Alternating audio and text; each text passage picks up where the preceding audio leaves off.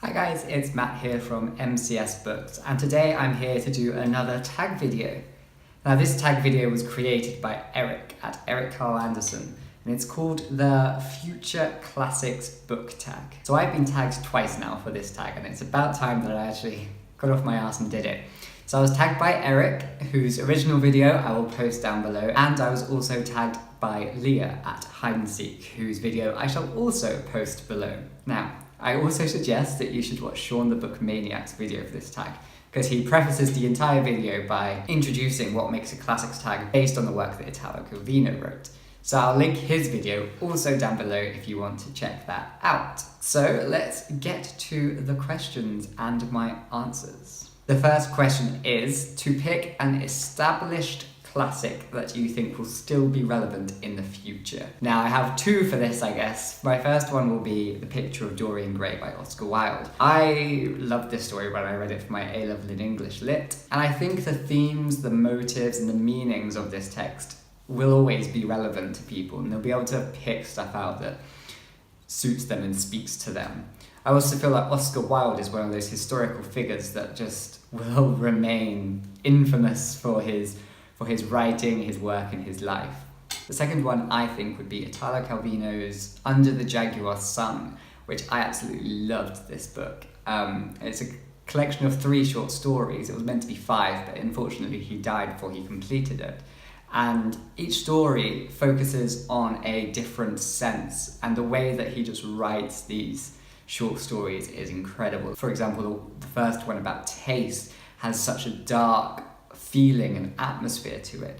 The one about hearing kind of puts you in this state of paranoia as you are told in second person what it is that you can hear. And the third one, The Name, the Nose, which just evokes the scent of perfume throughout. And it's just that the writing is so evocative and so provocative, and it really makes you think, and it makes you show just how talented a writer Calvino was. So the second question is to pick a book that you feel has gone under the radar and could be a classic in the future. For me, I'm going to choose this book here, The War by B. Catling.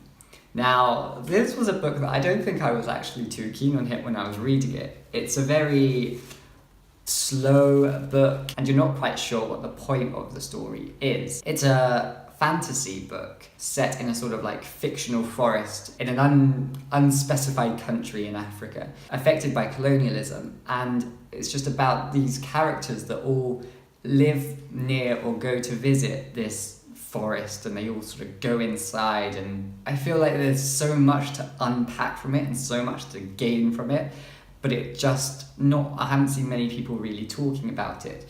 And like I said, I wasn't particularly keen when I first read it, but the fact that it's actually still haunting me to this day, and I still think about it, and I really want to pick up the sequel to this book, makes me feel like it could be one of those books that actually could have a big impact on fiction in the future. The third question is to pick a book that has won a prize that you love and you believe will be lauded still in 50 years. I'm not 100% convinced I read many books that have been nominated for some of the bigger prizes, but one that I think I can choose quite comfortably would be The Power by Naomi Alderman. It won the Bailey's Prize for Women's Fiction, I think was the title of it, but it was a prize that supported women's fiction, so I'm always down for that. The Power was a really great read. It was fun, it was electrifying, and it was just quick, easy, and enjoyable, but it had a real impact and a real sort of message to it that I think will still be lauded in 50 years in the way that Margaret Atwood's books have become sort of like modern classics. So I think The Power will have this power also. The next question is to pick a recent book that you haven't read but think will become a classic because of its popularity elsewhere, I guess.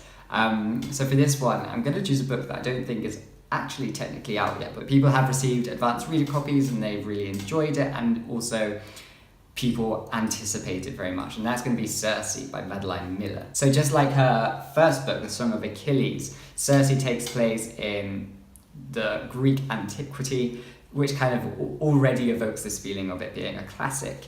You can see that the Song of Achilles has already actually become a Bloomsbury modern classic, and it was only first published in 2011. So I think Circe will also have the same ability to actually become a modern classic and then probably a classic in the future. I myself am very excited to read it. And the last question is to pick a favourite book of yours that you would like you to keep for your grandchildren.